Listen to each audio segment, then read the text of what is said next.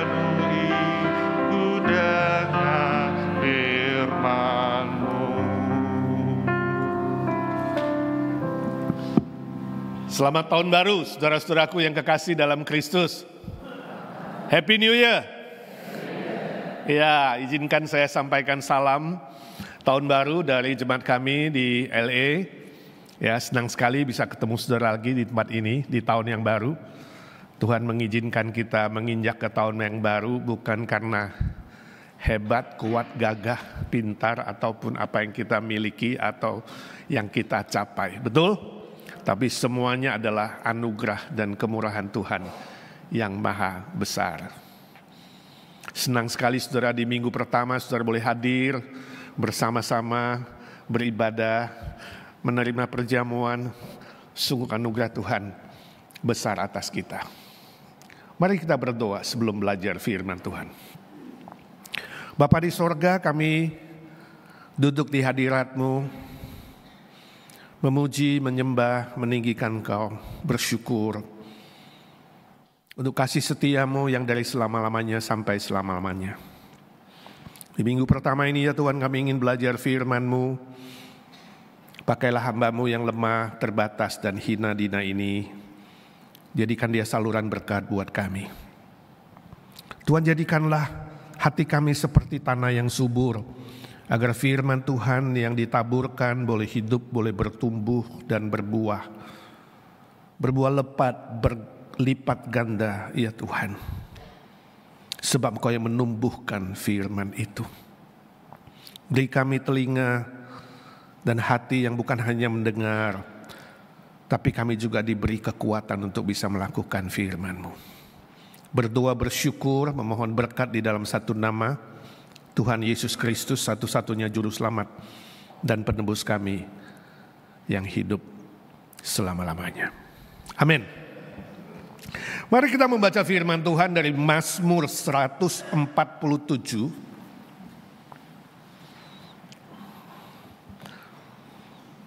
Mazmur 147. Kita baca ayat ke-12 hingga ke-20.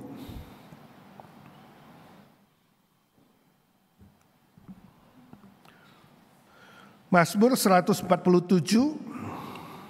mulai ayat ke-12 hingga ke-20.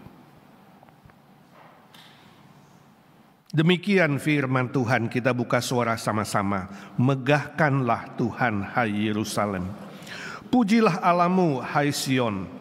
Sebab ia meneguhkan palang pintu gerbangmu dan memberkati anak-anakmu di antaramu.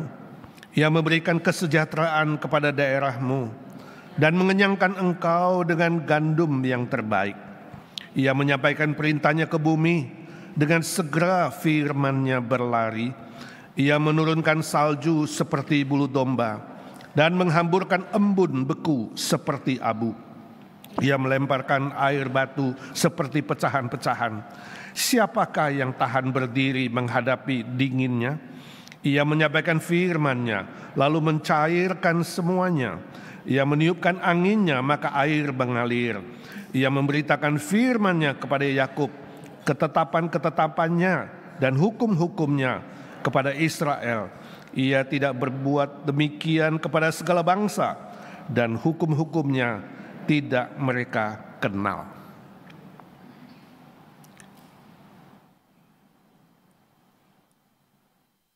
Mazmur 147 adalah bagian dari 5 mazmur terakhir yang dimulai dari Mazmur 146. Kalau saudara ada waktu di rumah, kalau bisa minggu ini satu hari baca satu ya. 146 sampai 150 itu sebenarnya sebuah mazmur pujian, mazmur penyembahan yang menjadi satu kesatuan ya. Hari ini ada sebagian orang memisahkan Mazmur 147 menjadi 2 bagian. Tapi saya lebih senang sebenarnya melihatnya sebagai satu kesatuan. Itu sebabnya saya ingin mengajak kita baca beberapa lagi sebelum ayat 12 ini. Ayat pertama. 1, 2, 3. Haleluya. Sungguh bermazmur bagi Allah kita itu baik, bahkan indah, dan layaklah memuji-muji itu. Ayat ketiga. Ia menyembuhkan orang-orang yang patah hati dan membalut luka-luka mereka. Ayat 11. Tuhan senang kepada orang-orang yang takut akan Dia, kepada orang-orang yang berharap akan kasih setianya. Nanti saudara baca lagi yang lain. Kita memulai tahun baru dengan hati yang memuji Tuhan, sikap yang memuji Tuhan, perbuatan dan aspek hidup yang memuji Tuhan. Itu ibadah yang sejati. Sebab itu Mazmur 146 sampai 150 itu diawali dengan kata haleluya dan ditutup dengan haleluya. Mazmur yang sangat-sangat indah dalam bahasa aslinya. Haleluya artinya mari kita memuji Tuhan. Saya gak tahu hari ini kalau saudara berkata haleluya, saudara mengerti gak? Ada sebagian orang berkata haleluya menjadi sebuah latah. Haleluya, asal keluar saja dikit-dikit haleluya. Tapi haleluya adalah sebuah ajakan kepada seluruh alam semesta, ciptaan Tuhan. Mari kita memuji Tuhan. Saya baca cerita suatu hari ada seorang raja punya seorang sahabat baik. Dia ingin mengajak sahabat baiknya pergi berburu. Dan waktu mempersiapkan peralatan itu entah gimana tidak sengaja sahabatnya telah melukai sang raja. Sehingga jempolnya putus satu. Wah, raja marah besar. Kau temanku tapi kenapa kau lakukan ini? Aku minta maaf, aku tidak sengaja, tapi segala sesuatu aku harus memuji Tuhan. Lalu temannya berkata, haleluya. Kurang ajar kamu, jempolku putus kamu haleluya. Raja tambah marah, kemudian memasukkan temannya ke dalam penjara. Masuk dalam penjara, temannya tidak marah. Dia masih berkata, semua baik. Saya tidak tahu apa yang akan terjadi, tapi hatiku tetap berkata, puji Tuhan, haleluya. Raja tidak peduli, dia bawa teman yang lain dan rombongan pergi berburu. Singkat cerita, dalam perburuan itu ternyata ada musuh, orang-orang kanibal. Raja tertangkap. Dan karena dia pemimpin, dia yang harus bertanggung jawab atas semua pasukannya. Sebagian pasukannya lari, dia tertangkap dan kepala suku berkata, ini tahun baru. Kita harus mempersembahkan seorang manusia kepada dewa kita sebagai ibadah kita, syukur kita. Maka raja dipilih sebagai korbannya. Wah, raja sedih. Ternyata dia harus menjadi korban persembahan bagi orang-orang kanibal. Besok paginya ketika upacara akan dimulai, raja diikat dan ditaruh di kayu bakar itu. Ketika sang imam orang kanibal itu bernyanyi, berdansa dan ingin membakar dan korban itu, dia lihat, ini kenapa korban persembahan ini cacat, jempolnya putus satu. Langsung sang imam marah besar, ini tidak boleh. Ini dewa akan marah sebab kita mempersembahkan yang cacat, tidak sempurna. Turunkan dia, lepaskan dia. Lalu singkat cerita raja bebas. Wah, senang bukan main. Segera raja ingat temannya yang di penjara. Dia katakan, oh aku merasa salah. Dia datang kepada temannya dan dia minta maaf. Dia katakan, aku salah. Ya, seharusnya aku bersyukur ikut kamu berkata puji Tuhan sebab aku tidak jadi korban. Saya minta maaf, temannya dibebaskan. Ya. Dan temannya berkata, puji Tuhan, you gak usah maaf. Justru kalau saya ikut kamu, saya yang jadi korban, kata teman. Jadi saya bersyukur kamu masukkan aku di penjara. Jadi mari sama-sama kita berkata haleluya, puji Tuhan. Haleluya, puji Tuhan. Apa yang saudara alami di 2024 saya tidak tahu. Tapi saya yakin tidak hanya hal-hal yang baik, mulus, lancar, sehat. Pasti juga ada hal-hal yang turun. Bukan hanya ups tapi ada down. Ada sakit, ada susah, ada sedih, ada air mata. Ya. Ada stres, ada depresi, ada kegagalan. Saya tidak tahu. Yang pasti Mazmur ini mengajak kita, mari di dalam segala situasi kita memuji dan meninggikan nama Tuhan. Haleluya. Mazmur ini ditulis oleh Raja Daud ketika Yerusalem itu ditegakkan kembali setelah dihancurkan. Ketika bait Allah ditegakkan kembali dan dia mengajak seluruh jemaat Tuhan, seluruh umat Tuhan pada zaman itu, dia katakan mari kita memuji dan menyembah Tuhan. Ada sebuah tahap baru bagi orang Israel ketika Yerusalem yang dibanggakan itu dipulihkan.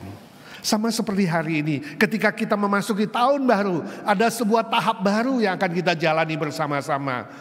Mulai dengan menyembah dan memuji Tuhan. Tapi yang ingin saya katakan di sini saudaraku, memuji dan menyembah Tuhan, meninggikan Tuhan itu bukan hanya pada saat ada event baru atau tahap baru atau peristiwa baru. Sebab Mazmur ini mengajak kita memuji Tuhan di dalam segala waktu dan segala situasi. Kalau saudara nanti pulang membaca seluruh Mazmur ini, perhatikan kata kerjanya. Semua kata kerja dalam Mazmur itu ditulis dalam bentuk aktif dan present tense. Aktif dan terus menerus. Bukan hanya sesuatu yang sudah lewat, tetapi sesuatu yang terus menerus. Yang harus kita lakukan dalam hidup ini sampai nafas yang terakhir. Oh, saudara berkata di situ, Pak, Bapak gak mengerti saya. Situasi saya sangat sulit, Pak. Gampang bagi Bapak berkhotbah mengatakan memuji Tuhan dalam segala sesuatu, segala situasi dan segala waktu. Gampang khotbah. Prakteknya bagaimana dong, Pak? Gak gampang. Saya mengakui banyak orang hidupnya sangat susah dan banyak hal kita tidak mengerti dalam dunia ini. Tapi bersandar dengan Tuhan Allah yang menyelamatkan kita melalui Yesus Kristus, kita semua akan dimampukan. Saya ingat waktu COVID itu kita semua terkurung beberapa tahun, gak berani keluar. Dan semua online.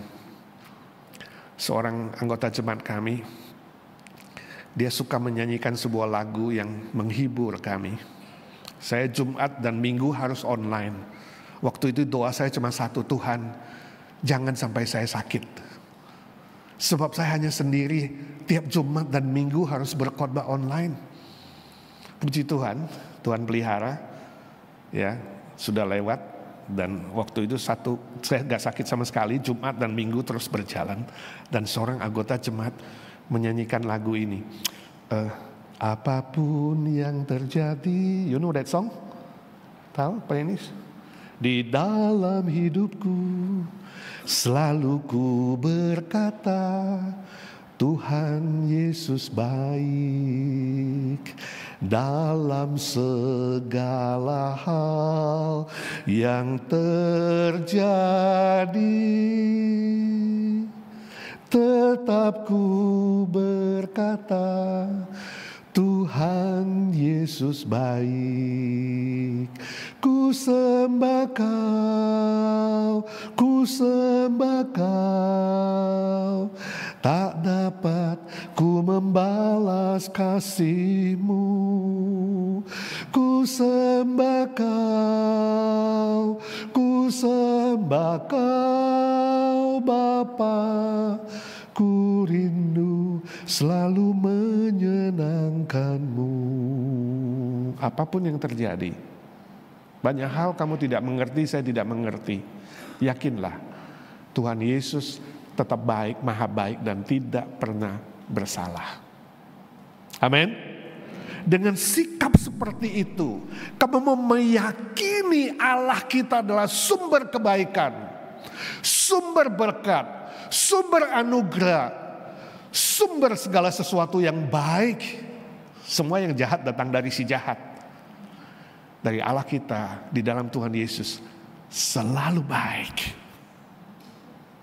Hari ini saya akan membagikan 3 langkah praktis. Bagaimana caranya kita boleh memuji, meninggikan Tuhan, menyembah Tuhan di segala waktu, segala tempat, segala situasi, dan segala hal. Yang pertama, hati yang siap menerima, acceptance, the heart of acceptance. Belajar menerima dengan sikap hati yang sungguh-sungguh yakin Tuhan itu maha baik.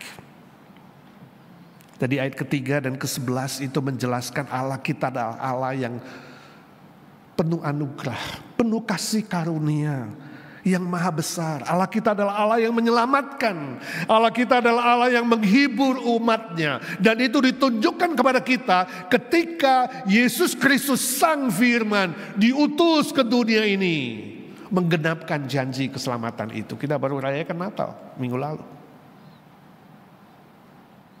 Tapi bukan berarti sudah lewat Natal itu. Natal itu setiap hari. Setiap hari kita yakini Tuhan kau maha setia. Tuhan kau maha baik. Tuhan kau maha anugerah yang besar. Yang menurunkan Yesus Kristus kepada setiap orang yang percaya dan beriman kepadanya, menerima keselamatan. Dengan dasar pengertian ini bahwa Allah itu baik, yang menyelamatkan dan menghibur, kasih setianya dari selama-lamanya sampai selama-lamanya. Dengan dasar ini kita bisa menerima kenyataan hidup. Kita bisa belajar accept, menerima apapun yang Tuhan izinkan terjadi di muka bumi ini.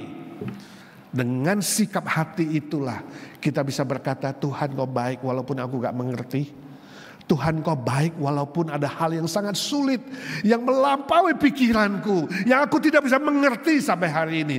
Tuhan engkau maha baik, aku memujimu, menyembahmu. Dengan kata lain, praktisnya, jangan bertanya, kenapa Tuhan? Sulit ya, sulit tapi bisa. Sebab ketika kau bertanya, kenapa Tuhan, kenapa aku Tuhan? Kamu membalikkan natur Allah menjadi natur manusia. Dan kamu natur manusia berubah jadi natur Allah. Kenapa Tuhan? Kenapa harus terjadi? Aku bertanya padamu, kita taruh Tuhan di hot seat. Tapi ketika kau berkata, Tuhan aku tidak mengerti, tapi aku hambamu. Aku anakmu, aku yang menerima. Aku mau belajar terima dengan taat. Engkau tetap Tuhanku dan engkau tetap maha baik.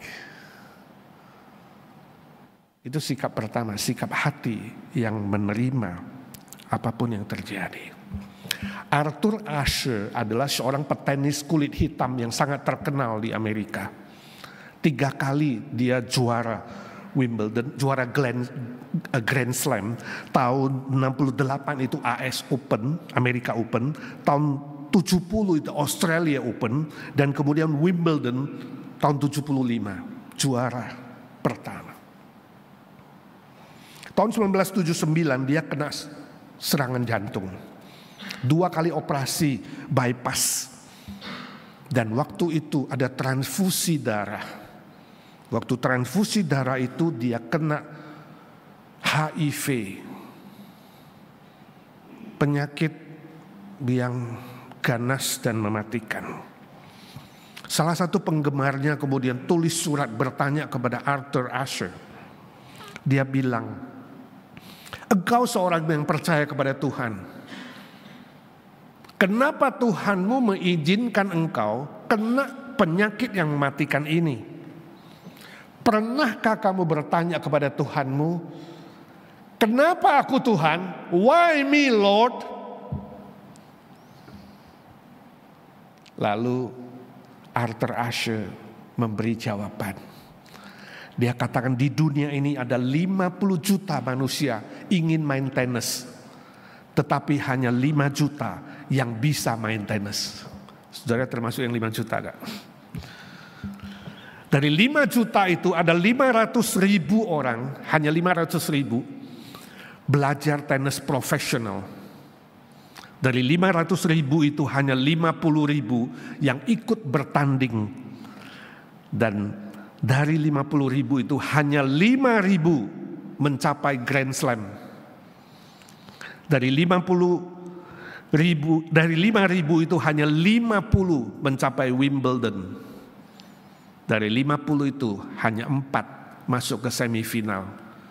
Dari 4 itu hanya 2 masuk ke final. Dari 2 itu hanya 1 juara Wimbledon. Ketika saya memegang piala juara itu, kata Arthur, aku tidak pernah bertanya kepada Tuhan, why me Lord? Kenapa aku Tuhan? Lalu kenapa sekarang ketika saya sakit ini, saya bertanya why me Lord? Tidak pantas. Sebagai seorang percaya bertanya, why me Lord? Kenapa aku Tuhan? Indah sekali saudara. Sebuah kalimat yang sangat-sangat kuat menyaksikan imannya. Seringkali kita berpikir bahwa hanya kitalah yang patut menerima yang baik. Bahwa di bumi ini aku tidak pantas kalau menerima yang tidak baik. Yang sakit, yang susah, yang gagal, itu bukan bagian saya. Hanya yang baik-baik saja. Siapa bilang? Kita hidup di bumi yang ada penderitaan, ada kesusahan, ada dosa, ada sakit penyakit. Kita akan pulang ke sorga yang mulia. Harus melewati bumi ini yang penuh dengan resiko. Apalagi memasuki akhir zaman. Saya sering guyon dengan mereka yang selalu ingin panjang umur. You mau panjang umur? Bener, gak mau mati-mati di bumi ini. Ingat loh, lebih susah loh. Bumi tidak lebih baik loh, kata Alkitab. Menjelang akhir zaman ini akan lebih sulit. Dan klimaksnya adalah apa? Penderitaan terbesar. Yang Alkitab mengatakan belum pernah terjadi sebelum dunia diciptakan sampai hari ini. Oh, saudara ingin mencapai itu? Atau mengatakan, waduh gua gak kuat nih, mending pulang cepetan deh. Tapi poin saya kembali lagi, sikap hati yang menerima akan membuat saudara bisa berkata, haleluya, pujilah Tuhan, Dia selalu baik. Amin. Yang kedua, hati yang beriman bahwa Allah itu lebih besar dari segala sesuatu, termasuk lebih besar dari penderitaanmu, kesusahanmu, hal-hal yang kamu tidak mengerti. Tadi ayat 4 dan 5 kita membaca Dia adalah Allah alam semesta. Semua bintang Dia yang tempatkan di langit dan Dia memberi nama. Jutaan, ribuan juta bintang, satu persatu ada namanya. Masakan namamu Dia tidak kenal? Dia pasti kenal kamu siapa. Seluruh ciptaannya Dia tahu. Ayat 8 dan 9 kalau sudah membaca, Dia adalah Allah yang memelihara seluruh ciptaannya. Dia yang menumbuhkan tumbuh-tumbuhan, Dia yang memberi makan binatang, Dia yang mengatur semua musim ini, 4 musim berjalan dengan baik. Saya bersyukur matahari tidak pernah terlambat terbit, walaupun matahari yang palsu terbit dan tenggelam. Tuhan jaga. Saya gak bayangkan kalau matahari satu hari lebih jauh sedikit 1 inci dari kita, atau lebih dekat sedikit dengan kita. Apa yang terjadi? Kita kepanasan. Jauh dikit kita kejamuran. Gak pernah. Dia kontrol alam semesta. Allah yang maha besar, Itu sebabnya jangan kesal kalau orang berkata, Allahku maha besar, Allahku akbar. Jangan kesal, saudara-saudara berkata, ya namanya Isa Al-Masih. Allahku maha besar, ya namanya Isa Al-Masih yang diutus dari sorga. Itu maha besar. Itu sebabnya tahun ini saya tulis buku baru saya berjudul Kisah Kasih Al-Masih. Dibagikan kepada mereka yang percaya dan menerima Kristus di hari Natal. Allahku maha akbar. Ya. Allahu akbar. Allahku maha besar. Namanya Isa Al-Masih. Amin. Sehingga dia rela datang ke dunia dan mati. Mati buat saya, buat kamu. Ini luar biasa, melampaui pikiran kita. Dan puncak penderitaan manusia yang terbesar adalah ketika Kristus rela mati di atas kayu salib. Dan di situ dia berkata, Allahku, Allahku, kenapa engkau meninggalkan aku? Oh saudara, perpisahan antara Yesus Kristus dan Allah Bapa. Oknum pertama dan oknum kedua dalam kesatuan Tritunggal. Itu penderitaan yang terbesar. Itu yang saya sebut dengan neraka yang menganga lebar. Kalau Yesus sudah mati bagimu, kamu menerima salibnya. Saya tanya, adakah penderitaan di bumi yang lebih besar dari itu? Gak ada. Kesusahan penderitaan apapun yang kita alami, itu pasti lebih kecil dari salib Kristus. Hanya di atas kayu salib, Yesus bertanya, Allahku, Allahku, bukan Bapakku, Allahku, mewakili seluruh manusia bertanya, kenapa kau tinggalkan aku? Itu pertanyaan satu-satunya dari Yesus Kristus keluar dari mulutnya selama di bumi ini. Satu kali saja dia bertanya, why? Why thou hast forsaken me? Karena dia mewakili kita, memikul dosa kita, dosamu, dosaku, terpisah dengan Bapa di sorga. Allah yang maha kudus dan maha suci itu. Itu penderitaan yang terbesar ketika dia memikul salibmu dan salibku. Sebab itu ada kesusahan dan penderitaan apapun di bumi tidak mungkin melampaui salib Kristus. Why-nya Yesus di atas kayu salib mewakili seluruh why, seluruh kenapa, seluruh pertanyaan why di muka bumi ini. Itu sebabnya tidak pantas kita bertanya, kenapa aku Tuhan? Kenapa begini Tuhan? Kenapa begitu Tuhan? Tidak pantas, sebab seluruh pertanyaan kenapa sudah diwakili oleh Yesus Kristus. Saudara hanya menerima dan percaya. Bapa di sorga, Tuhan Yesus, aku percaya.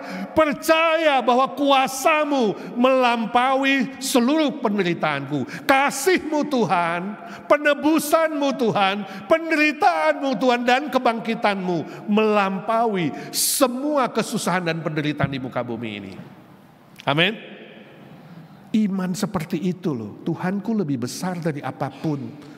Dia akbar. Dan dia sanggup melakukan sesuatu yang di luar pikiranku. Jadi apapun yang terjadi, puji Tuhan, akan mendatangkan kebaikan, kata Roma 8:28. Saya baca cerita kesaksian Dr. Lin di Taiwan. Dia itu seorang misionari yang melayani di Taiwan, buka sebuah klinik di sebuah desa. Dan dia membimbing beberapa perawat di sana untuk asisten dia melayani orang-orang miskin.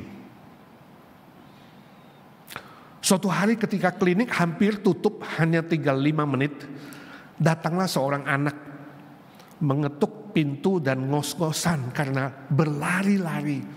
Dia katakan, tolong mama saya sakit panas, dia sudah sakit 3 hari, aku takut mamaku mati. Lalu setelah ngomong-ngomong, anak itu diberi obat antibiotik sebotol untuk bawa pulang. Senang sekali anak itu kemudian bawa botol itu dan berlari pulang. Waktu klinik tutup, mereka berdoa bersama. Salah satu perawat mengatakan, Dr. Lin, aku meminta maaf. Tadi saya salah. Saya bukan kasih antibiotik ke anak itu. Aku memberi dia racun. Botol yang salah itu pasti akan mematikan mamanya. Bagaimana? Kita tidak tahu alamatnya. Besok pasti dia akan kembali dan mengatakan mamanya meninggal. Saya sangat-sangat bersalah, saya minta maaf dokter. Dokter Lin mengatakan, saya juga gak bisa berbuat apa-apa. Kita gak tahu dia di mana, desa mana dan berapa jauh. Ini sudah gelap. Mari kita berlutut dan berdoa bersama. Lalu semua berlutut berdoa bersama. Tuhan, kami tidak tahu apa yang akan terjadi. Tapi tolonglah selamatkan mama dari anak itu. Ini kesalahan dan kami mengakui salah itu. Udah akhirnya dokter mengatakan, oke, kita serahkan kepada Tuhan. Semua pulang. Pagi-pagi ketika klinik dibuka, anak itu sudah di situ. Mereka deg-degan. Apa yang akan terjadi? Anak itu menangis meraung-raung. Saya minta maaf dokter, saya minta maaf. Botol obat mamaku kemarin jatuh dan pecah. Lega, pecah. Iya, aku lari-lari.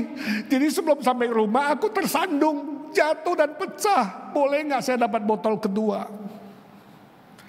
Oh, perawat itu orang lega sekali, pecah. Dokter Lin tanya, jam berapa pecah? Jam berapa kamu terjatuh?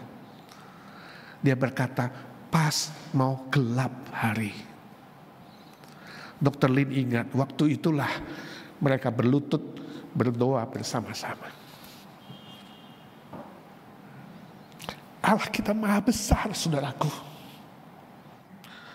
Banyak hal di bumi kamu tidak tahu, aku tidak tahu.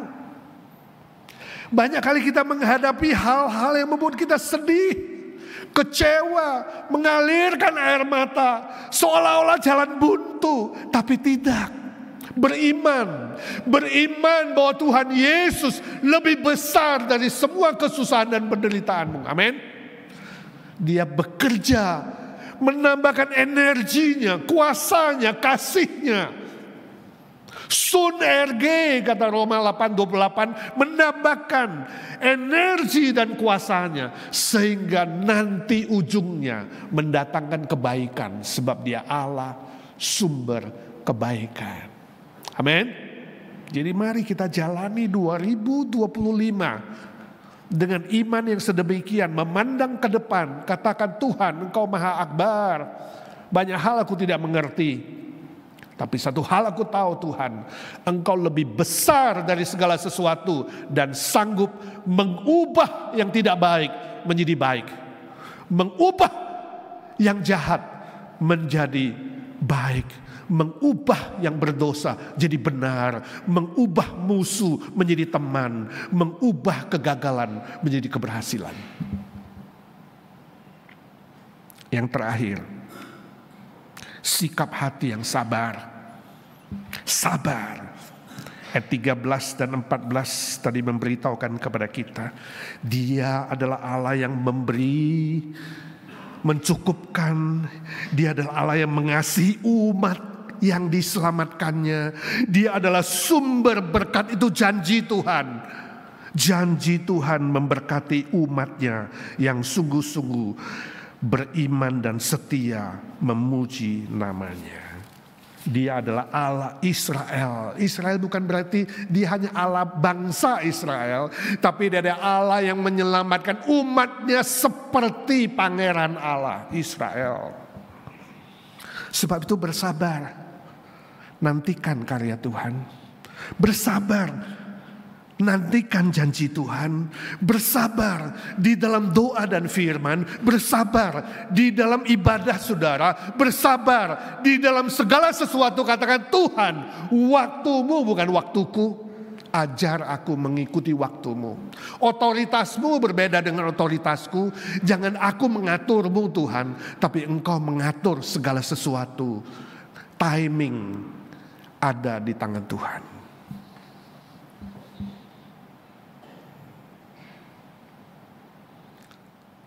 Suatu hari seorang Pak Pendeta pulang ke rumah dari kantornya. Dia lihat kucingnya naik ke atas pohon. Gak bisa turun, ketakutan. Waktu mau turun ketakutan. Wah, dia kasihan. Dia panggil, meow, meow, turun, meow, meow. Gak mau turun. Kasih susu gak mau turun. Kasih roti dipancing-pancing gak mau turun. Wah, ini gimana ya menolong kucing itu? Lalu dia dapat akal.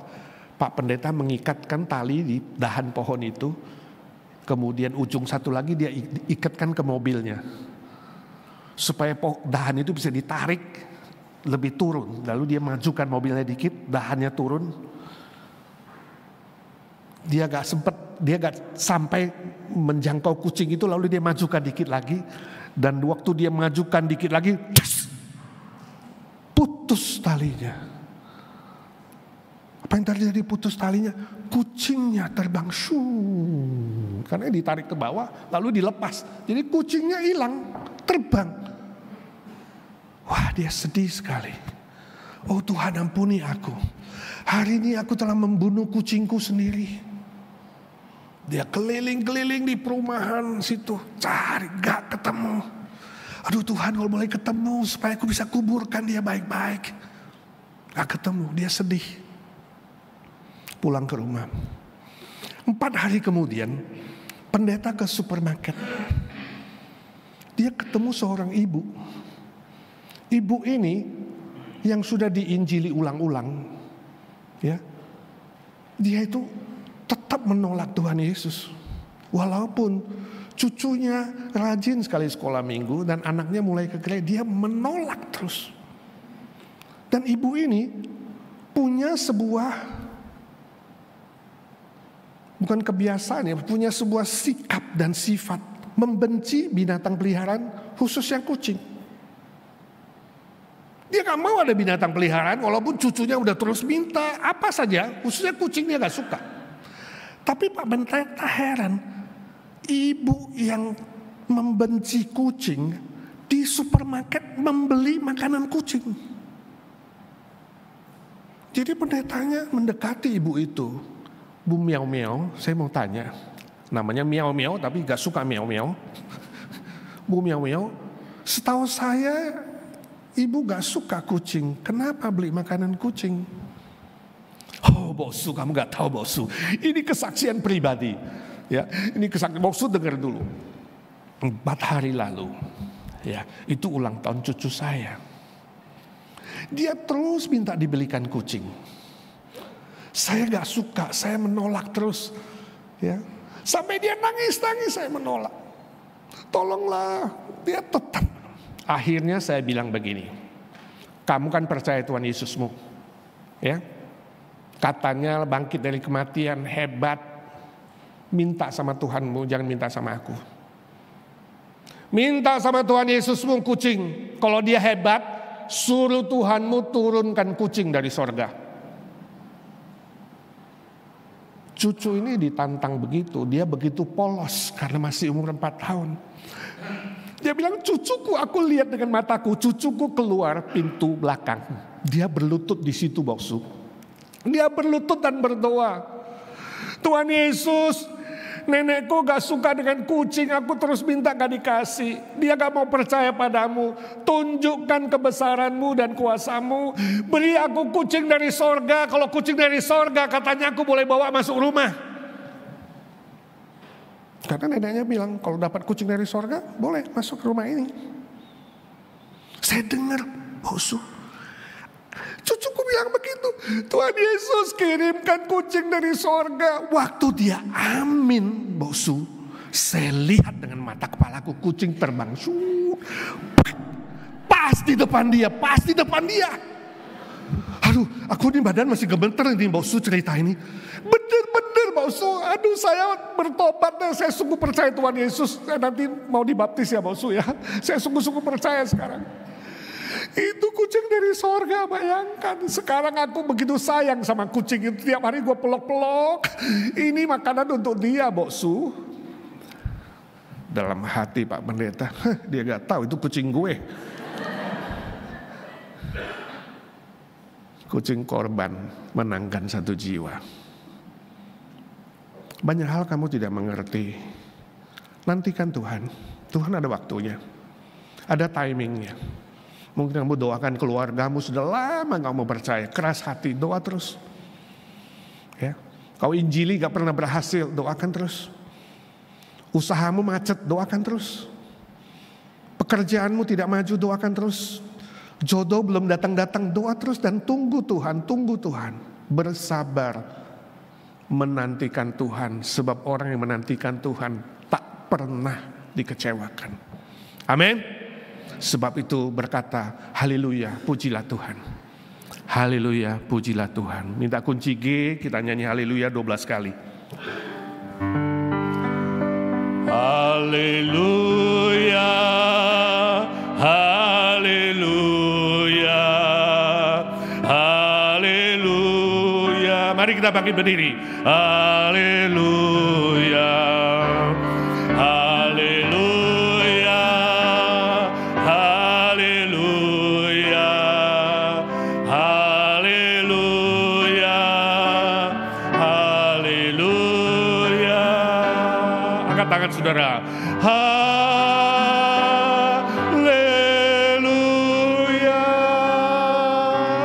haleluya,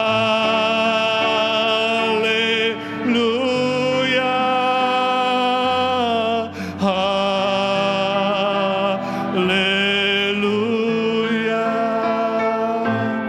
haleluya.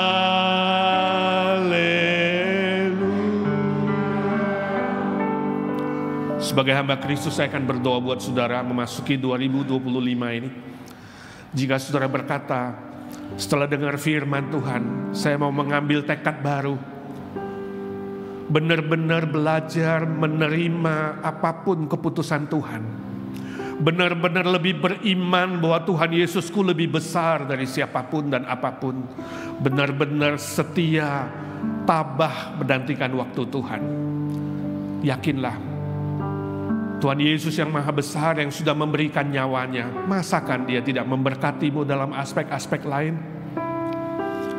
Yang mau saya doakan, angkat tangan kananmu kepada Tuhan, tangan kiri taruh di dadamu, tanda kamu serius kepada Tuhan, bukan bermain-main. Tuhan Yesus, kami bersyukur Kau datang ke dunia mati buat kami, bangkit buat kami. Kau Allah yang maha besar, di luar pikiran, hati, perasaan, pengalaman dan hikmat kami. Lihatlah tangan-tangan yang diacungkan kepadamu pada pagi ini.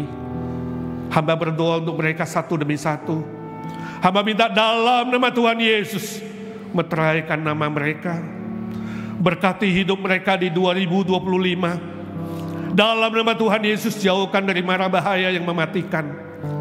Jauhkan dari sakit penyakit yang mematikan. Beri panjang umur, beri sukacita, beri damai sejahtera, beri berkat-berkat dalam segala aspek, agar hidup mereka menjadi pujian, menjadi penyembahan yang indah di hadirat-Mu, dan menjadi kesaksian bagi banyak orang lain. Hidup mereka berbuah untuk kemuliaan-Mu ya Tuhan. Sebagian mungkin mengalami kesusahan, kesedihan, hal-hal yang tidak dimengerti. Tuhan hiburkan, Tuhan balut luka itu, hapus air mata, gantikan dengan pemulihan yang sempurna. Kuatkan iman mereka dengan tabah, setia, mengikut Tuhan dan menantikan karya-Mu yang ajaib. Terima kasih Tuhan, Kau sudah dengar doa kami. Sebab kami minta di dalam satu nama Tuhan Yesus Kristus, satu-satunya juru selamat kami, Tuhan segala Tuhan, Allah segala Allah, Raja segala Raja, Hakim segala Hakim, yang akan datang kembali di akhir zaman. Amin. Yang percaya berkata amin. Silakan duduk, Tuhan memberkati saudara. Nanti saudara pulang boleh mendapatkan buku saya ada di depan, ya, biarlah menjadi berkat bagi saudara.